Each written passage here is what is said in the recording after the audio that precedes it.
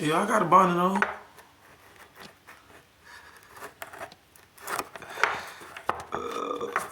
Hold on, y'all. Oh, Lordy. Hold up, camera.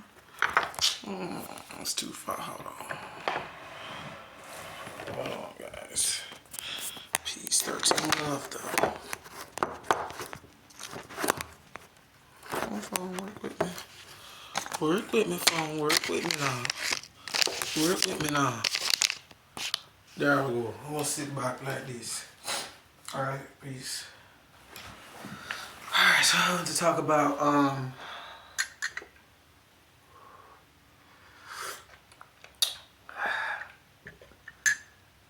smells. And smells and how certain smells attract spirits. And I was thinking about this because, I was growing up as a child. My mom used to smoke cigarettes. And as a kid, I always liked the smell. I didn't know why I liked the smell. I had no idea why I liked the smell. I just liked the smell. And I was telling a friend of mine this, and he was telling me, actually this came up in the conversation because we were speaking about his child, and his child was saying like, she likes that smell too. And I thought that was interesting because for a long time I thought that maybe it was just me. I thought maybe, it was just me that liked the smell. And kind of find out, no, this is a lot of children who are like drawn to that smell as well. And it made me start wondering, like, is that a spiritual thing? Because I had to do a little research, but when you're smelling something, it does give off what they consider to be molecules.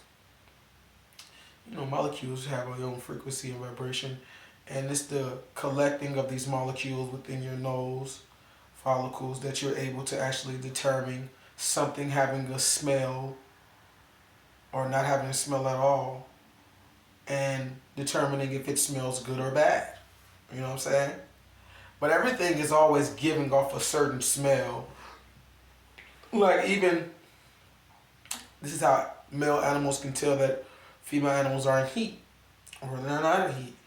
But a human may not smell this fragrance that's being given off naturally from the hormones of the body, but the masculine species of the masculine version of that species can.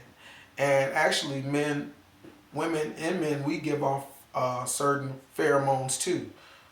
We got off certain smells too that attract each other. And yeah, I'm really starting to believe that like this is something that kind of draws you into this reality too. Is the different smells and things like that. And a lot of spirits be attracted to a lot of the things that we wear. You know what I'm saying? Like a lot of these things that they're putting in the world out as product, clothing, the clothes you wear, the colognes and perfumes, the deodorants, the incense, the air fresheners. All of these things are attracting spirits. So the spirits are not just being attracted by the vibratory light that's being projected as a collective from us from this place that we're calling Earth currently, known as Gaia, Terra, multiple different words over the eons. And they're not just being attracted to that. They're being attracted to the things that we're creating that smell good and bad. Like for example, someone might be considered the smell of cigarette smoke bad, but as a child, I actually thought the smell was very pleasant. So I wonder how many spirits were actually attracted to that because they used to, it made me think like I must have been smoking squares back in the day or something like that. In my past life, I was a big cigarette smoker. And when you look in the histories of any civilizations in many different cultures, you see that a tradition was that they would have like, tobacco They also had marijuana. And so that kind of gives you an idea to, well, no, you never really know. Because I was going to say you could be reincarnated, but you never know. You will have to just go inside of yourself and find out if you're reincarnated or if this is your first time here. Because whatever we're making down here, it attracts spirits, yo. I'm telling you. So when you motherfuckers are just doing your incense and you thinking that's getting rid of spirits, no. Some spirits like that smell. Because some spirits out here are humans who thought the same thing that you thought. And so they might smell that and they might come to it and see it as a beacon. But that don't mean that human was good. That don't mean that human spirit that left that spirit that left that body was a good spirit though. So you got to know what you're doing out here, man. It's like even that they're giving, like I said, and a lot of times I always say that they're giving people tools that people are not ready for. You shouldn't be even using some of these stuffs. So you should really do your research on it. But the biggest hint that I would give and the biggest clue that I would give for when you're researching a lot of this different information, it's always like, especially when you're dealing with like spirituality and symbols and stuff, there's always two sides of the coin when you're dealing with that stuff. So you have to know what you're doing. It's best to get into a lot of research. Or, you can always just learn how to internally use these symbols. And you know what I'm saying? And that way, that might be a little bit more helpful for you. You know what I'm saying? It won't be as, the consequences might not be as heinous if you were to, have these symbols tattooed on your body or carrying some of these symbols around.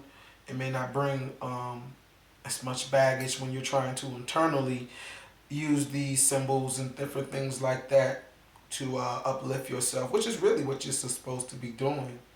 The aligns itself solely with your head and your east and west points, your pillars of yourself, and goes right down the middle, showing you that center path. And a lot of people don't know, but that's also a symbol for the North Star. Your north node, like that type of energy, where you're the furthest, the farther light, the furthest light you can see, but it always is shining. It's the brightest. You know what I'm saying? But it's the furthest because that science would tell you, it's the furthest because any light that you see in the sky is actually might be happened years ago. Because going off of their math of light speed, but that's their understanding of light and what light is. Just like you have people say like the sun is only 5,000 miles away because when the clouds is covering how close the rays are, that means that the sun can only be 5,000 miles away. Let me explain something to you. Something else that you're missing the point on is that light is a physical thing. And so if something is producing a great amount of light, that light will have density. So it don't have to be super close to push through the light and give that illusion of being, more closer. Because you're looking at how dense the light is and how much it's pushing through the clouds as that's how close the sun is. No, the sun is also producing so much light that when it hits our earth, the density is heavy. That's why when the light hits you, you feel a heaviness. You feel a change. It don't matter what else the environment is doing around you. As soon as you face the sun,